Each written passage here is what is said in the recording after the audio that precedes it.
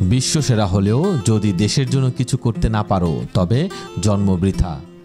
বাংলাদেশের নতুন যুগের শুরুতে বদলাতে আসছেন অনেক গুণী ও প্রতিভাবান মানুষ।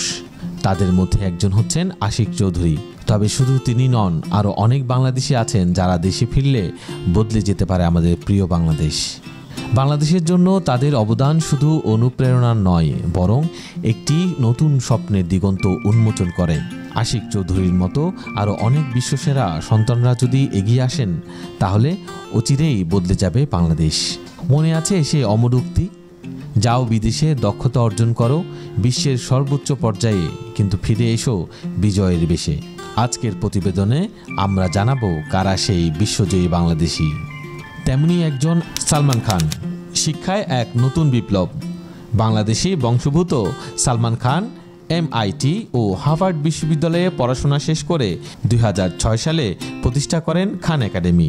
এই শিক্ষামূলক ওয়েবসাইট আজ লাখো শিক্ষার্থীদের জীবন বদলে দিয়েছে। খান একাডেমিতে আছে 1 লাখেরও বেশি অনুশীলন এবং 4000-এরও বেশি মাইক্রো লেকচার, সবই একেবারেই বিনামূল্যে।